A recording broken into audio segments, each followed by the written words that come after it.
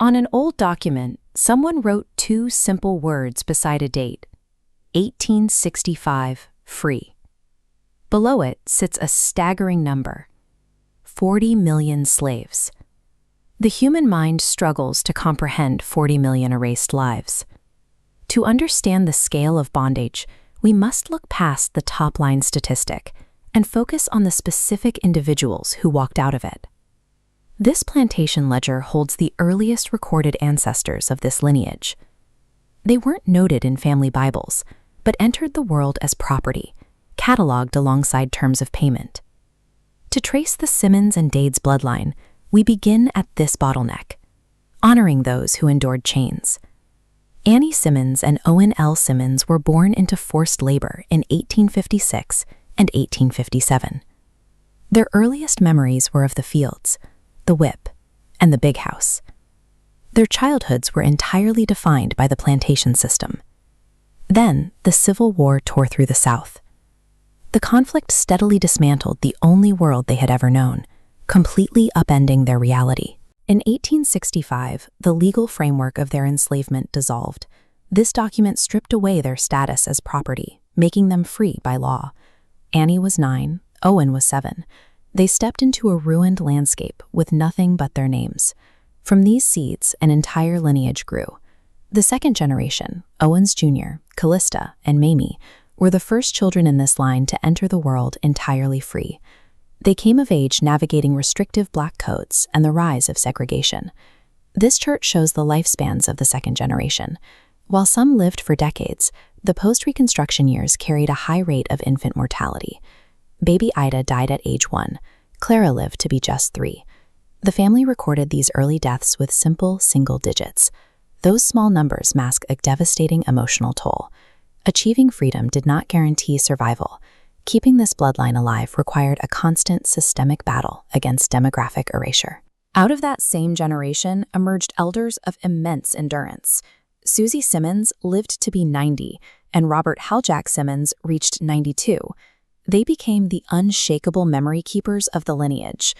Born in the 1880s, they survived long enough to witness the passage of the Civil Rights Act in 1964. Then came Jessie Corrine Simmons, born free in 1894. Her marriage to Edward Daids created the vital third-generation bridge for the lineage. Together, Jessie and Edward had 10 children.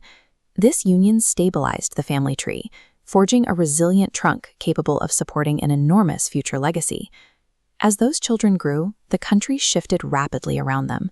The family experienced the mass urban movement of the Great Migration and the cultural rise of the Harlem Renaissance. The 10 Daids children were born into a world repeatedly fractured by global turbulence, including the outbreak of World War I. They continued to grow through the intense economic deprivation and societal friction brought on by the Great Depression in the 1930s. Despite economic collapse and global wars, external historical forces could no longer stop the family's upward demographic momentum. The 10 Daids children expanded the main trunk into dozens of distinct names: the Spady, Brantley, Cotton Moore, Street, and Flournoy lines. This diagram shows the geometric multiplication of their descendants. What began as a single linear family line suddenly explodes into a massive web of interconnected lives. Ethel Wilhelmina's branch proves the most expansive, producing a massive flood of children and grandchildren that fills out its own dense sector of the lineage. Throughout the 1970s and 1980s, the birth dates stack relentlessly: 1976, 1982, 1987. By the 1990s, the sheer volume of the family completely outruns the constraints of the early historical ledgers. In 2026, a descendant named Kaiim Daids meticulously structured this overwhelming volume of records into a single continuous narrative. Transforming raw data into this chronicle is a deliberate act of reclaiming their historical narrative. The unstoppable volume of these modern branches proves that biological multiplication was the ultimate victory over systemic oppression. Trace this sprawling modern lineage directly back down the funnel, and it leads to its origin, Annie Simmons. Born into slavery in 1856, she lived to see 1939. She outlived the institution by 74 years, watching her family take root and thrive. This genealogy is a sworn promise to guard the memory of those who endured the chains.